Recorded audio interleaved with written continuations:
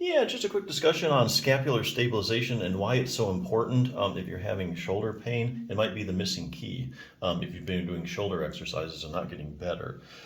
If you only do 3 exercises in the last chapter, you'll have created a very stable shoulder joint, that's for sure. Problem is, the shoulder joint works on a base of support, that being your shoulder blade or scapula. Take a look. So here's looking at it from behind. This is your shoulder joint, okay? And then the base of support is the scapula or your shoulder blade, okay? So your shoulder kind of sits on that, you could say. You wouldn't build a house on sand, and you certainly don't want to build a stable shoulder joint on a weak base, the shoulder blade.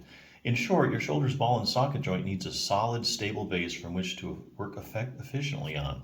Another thing most people don't realize about the shoulder is that as you raise your arm, your shoulder blade moves as well. Let's take an x-ray look at what exactly is happening as you reach up for something. Okay, so looking at the right shoulder from behind, notice the resting position of the shoulder blade and the upper arm bone. Okay, that's with your arm by your side looking from the back. As the arm is raised, note that not only has the upper arm moved, but so has the shoulder blade. So your humerus is moved up, and this is tilted compared to that. This is tilted up. Can you see that the shoulder blade has tilted up as the arm was raised? Look at the shoulder blade now as the arm reaches way up. Compare this to the shoulder's resting blade in the original position. So you can see how it's really. So you look at this and see how the whole thing's tilted. So that's why your shoulder works on that base of support you call your shoulder. We can see reaching around and doing things involves a whole lot more than just your arm and shoulder joint, because your upper arm bone or humerus is attached directly to your shoulder blade. The two move in harmony, and as you use your arm to do things in various directions. In physical therapy school, I learned that this interaction is called your scapulohumeral rhythm. It's kind of a tongue twister, but just remember that all it really means is that your upper arm bone is raised up. The shoulder blade comes up with it to varying degrees.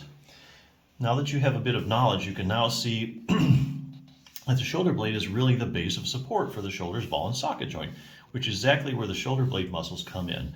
They are supposed to keep the shoulder blade precisely where it's supposed to be. Here's a list of the major muscles that move the shoulder blade around, as well as stabilize it. The rhomboids, trapezius, levator scapula, and the serratus anterior. All these muscles attach directly to your shoulder blade, and when they are strong and doing what they're supposed to do, all is well. Your shoulder joint has a stable base to work from, and the rotator cuff muscles can do their job without problems. If, however, your shoulder blade muscles are weak or tire easily, the shoulder blade can start to move around abnormally and stir up trouble. So there you go. And that's according to the research.